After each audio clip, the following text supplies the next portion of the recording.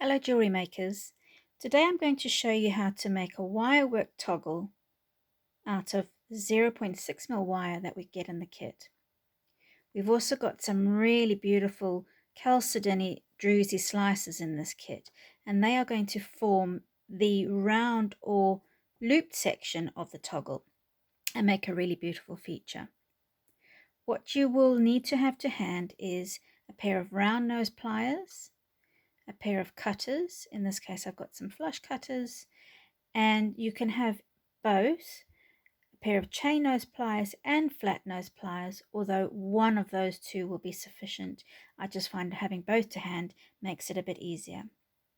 We're also going to use some tiger's eye beads to add detail to the toggle clasp, although you can leave yours plain if you prefer. What you need to consider before starting is, of the selection of druzy slices that you have received, which of those is going to be a better option for you to use as a toggle, and which one's going to be safest and not come undone more easily. You need to imagine which way you're going to be wearing that piece and how big the toggle T-bar needs to be. It needs to protrude a fair distance either side, but to give an exact measurement is quite difficult. It's really done by eye and by experimenting and trial and error. This is actually a very nice size, and the proportion would work really well. As with this teardrop, yours might be slightly different because they come in a bit of variety in the bundles. But what you do want to think about is the way it's going to hang. So for example, this one is probably going to hang like a necklace in that direction, so it will be safe and secure up in that one. But the third one I have received, whilst it will certainly be secure, the hole is quite small, so you will need a smaller T-bar to get through that, and although it will be secure, it might not be as visually appealing. So I'm going to put that one to the side, and I'm going to use, I could use either one of those, but I'm probably going to go for this one here. Now to get started, what we're going to use is some of the 0.6mm wire. I've cut, in this case it's probably around about 30 centimeters, but you don't need quite so much. And you can take a pair of flat nose pliers to get us started. But before we actually do anything, we're going to start in the middle of the wire, and we're going to visualize how wide we want our T-bar to be. So I'm going to, where I've got my fingers and my thumbs rather, I'm going to use those as a guide. You could either use a pen to mark that out, or just use your eye, and then use a pair of flat pliers to get some nice right angle bends at those points. If the T-bar is too big, it could be a bit tricky to get in and out of the void, but we should be okay.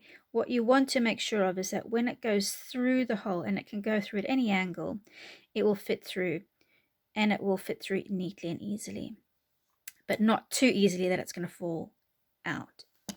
Now, what I'm going to do is I'm going to fold those down completely. There you go. That's forming part of the T, and I'm going to fold that one in the opposite direction. I'm not too concerned about how neat it is at this point, because I'm just getting the proportions right. And where I'm going to form the straight part of the T, I can place my fingers and use my fingernail as a guide to bending it. You can always adjust this if you're not happy with it, but that has actually worked out quite well.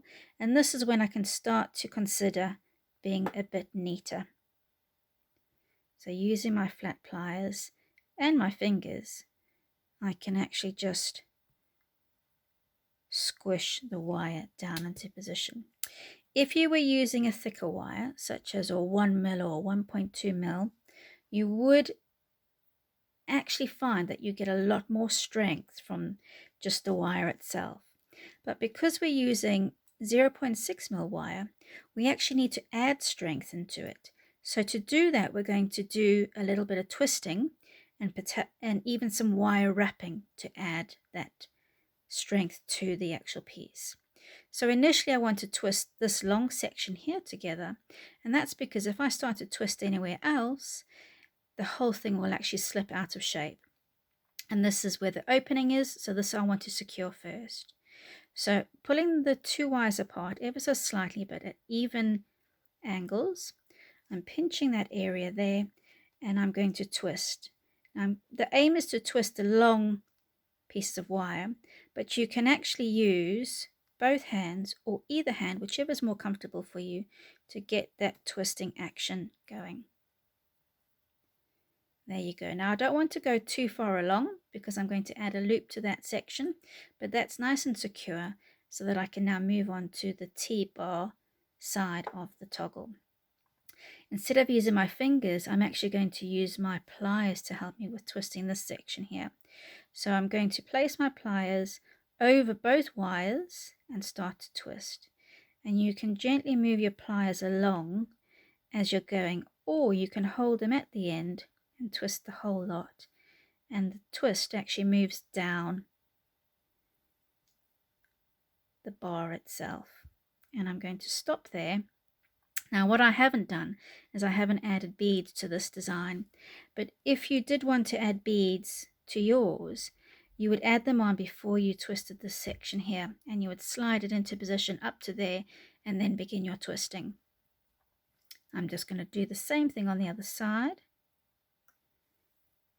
You can start further down initially and then work your way up. And what you might find, because it's tricky to get an even twist on both sides, is you can use your eye to judge to see if you need to do more on one side or the other. So if this side looks like it's twisted a little bit tighter, you could flip it over and do a little bit more there or continue on the side. But actually in this particular case, it's worked out quite well. Now what I'd like to do is I'm going to add this little loop at this point here, and that will be to secure it onto my actual design. So initially I'm going to take just one strand of wire and my round nose pliers, and I'm going to bend the loop over and around the round nose pliers. Well, I'm working quite close to the tip because I don't want the loop to be dominant. And in fact, I could actually have made that ever so slightly smaller, but it will still be fine and it will still function as I'd like it to do. Pinch the loop with your pliers and do one little wrapped loop using the long tail of the wire to keep it nice and neat and delicate. And don't over wrap it because we're going to do more wrapping with the other piece of wire, and if you've got too much initially, it all bunches up and looks a little bit too thick. So now I'm going to continue down the T-bar, going back down towards the T-junction. You can use your hands at this point if you feel like you're going to have more control, or you can use your pliers, keeping it as neat as you possibly can.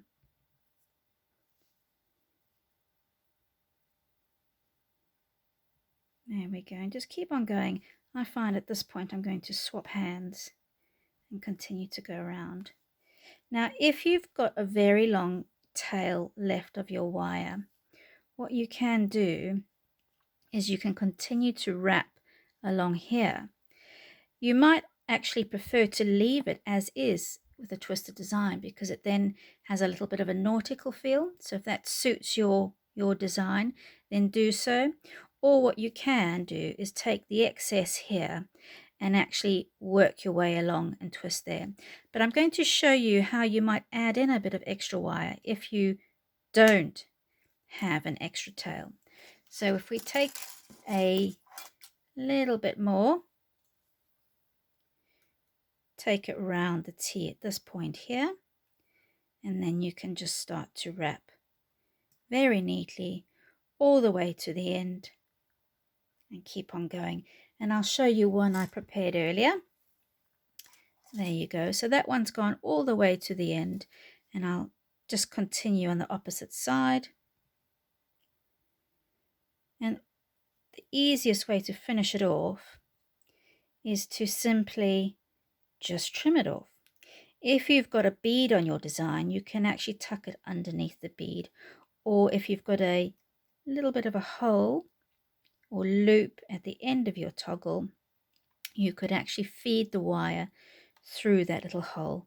But as long as your loose bit of wire is trimmed off nice and flush, it feels safe, there you have a little toggle.